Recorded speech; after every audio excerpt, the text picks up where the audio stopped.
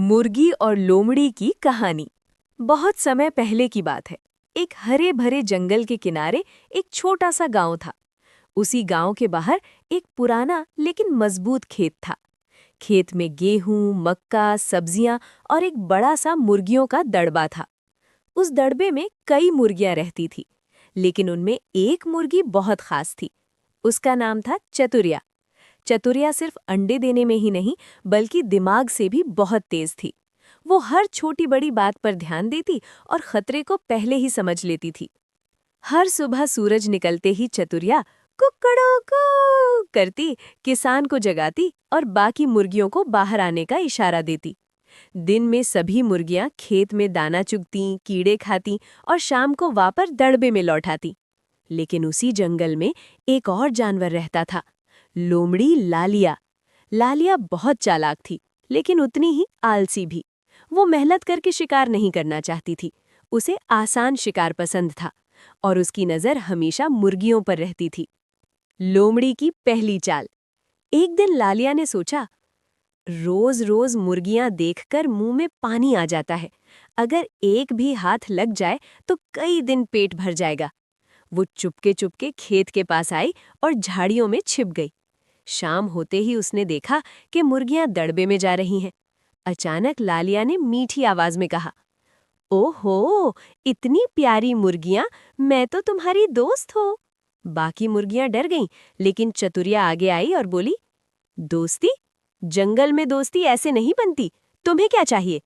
लोमड़ी मुस्कुराई, कुछ नहीं, बस बताने आई हूँ कि जंगल में अब शांति हो गई है। आज से कोई जानवर किसी को नुकसान नहीं पहुंचाएगा। चतुरिया समझ गई कि बात में गड़बड़ है। वो बोली, बहुत अच्छी बात है। वैसे हमारे खेत में 2 शिकारी कुत्ते भी आए हैं, अभी अभी खाना खाकर सोने गए हैं। ये सुनते ही लोमड़ी का चेहरा उतर गया।